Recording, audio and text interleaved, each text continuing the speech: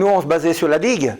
Quand elle arrivait à fleur de la digue, ou même quelques jours avant, s'il y a des grosses inondations dans le Doubs, ben là, faut y aller. Hein. Celui qui a des légumes dehors, ben, il faut les rentrer. Il ne faut pas attendre. Hein.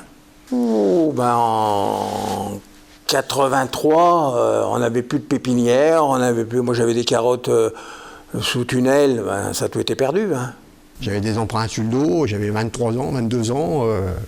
Là, ça a été dur. Hein. Mais bon, il a passé quand même. Bon, comme j'avais refait une année, j'ai refait les tapisseries 2 ou 3 fois dans la même année.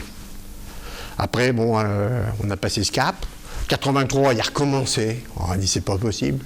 Et elle est revenue après de plus belle. C'était 83, elle est venue très très grosse. Et là, elle est jusqu'au 10-12 juin par là, on l'a eu. Je disais, mais c'est pas possible, je vais jamais m'en sortir là-dedans, toutes ces crues.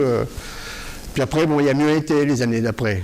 Alors les primo-arrivants, les nouveaux arrivants ont été angoissés parce que par la médiatisation, on voyait ces inondations où les flots arrivent très rapidement. Mais voilà, notre premier travail, c'était vraiment de rassurer en disant qu'il ne fallait pas s'affoler, qu'on avait le temps, que jusqu'au dimanche, que ça devait tout bien se dérouler. On suit l'évolution des crues par le site Vigicru.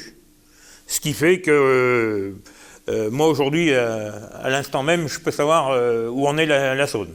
Autour de la commune, on a une digue qui protège, enfin pas autour de la commune, puisque ça démarre de Pont-de-Vaux et ça va jusqu'à Feillan, qui nous retient l'eau à 5,20 m.